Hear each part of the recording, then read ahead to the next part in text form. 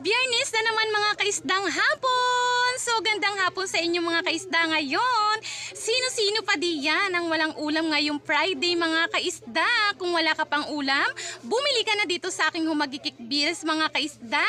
Napakadalawang klase ng ating isda ngayon. Pwedeng-pwede mo siyang sabawan, pwede mo siya maprito mga kaisda. Napakalalaki ng ating isda ngayon mga kaisda.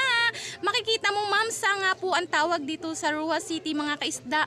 200 ang ating baligyan sa mamsa mga kaisda. Pwedeng-pwede mo siya maprito sa bawan ngayong araw ng Biyernes.